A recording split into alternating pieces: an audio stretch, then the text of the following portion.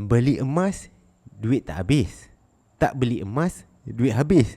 Jadi lebih baik beli emas. Betul tak? Tuan-puan mungkin pernah dengar tentang ayat ni, tapi tuan-puan faham tak maksud dia? Beli emas, duit tak habis. Jadi tuan-puan, walaupun bila tuan-puan beli emas, contohnya tuan-puan beli shilling emas 1 dinar, duit tuan-puan nampak seolah-olah seperti habis, iaitu tuan-puan bayar RM2,100. RM2,100 tadi sudah habis. Tapi dalam konteks kewangan tuan-puan, kekayaan simpanan tuan-puan, ia tidak habis begitu sahaja. Ianya tak sama macam tuan-puan beli barang yang lain. RM2,100 tadi yang tuan-puan bayar hanya bertukar bentuk daripada bentuk duit kertas kepada bentuk aset emas, iaitu aset fizikal, dan nilai yang jauh bertahan lebih lama. Jadi tuan-puan, dari sudut kekayaan dan dari sudut simpanan, simpanan tuan-puan tidak habis.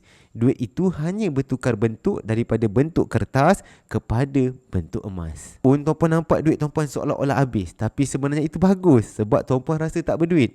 Bila tuan-puan ada RM2,100, tuan-puan rasa nak berbelanja. Tapi bila RM2,100 tadi sudah habis bertukar menjadi sekeping dinar ataupun 4.25 gram emas, emosi tuan-puan untuk berbelanja ataupun keinginan tuan-puan untuk belanja sudah lagi tak ada. Jadi tuan-puan dapat kontrol nafsu boros tuan-puan belanja dan dapat tahan simpanan tuan-puan daripada berlakunya kebocoran. Simpanan tuan-puan akan jadi kalis bocor. Semoga bermanfaat. Jumpa lagi di next video. If you learn something, please comment.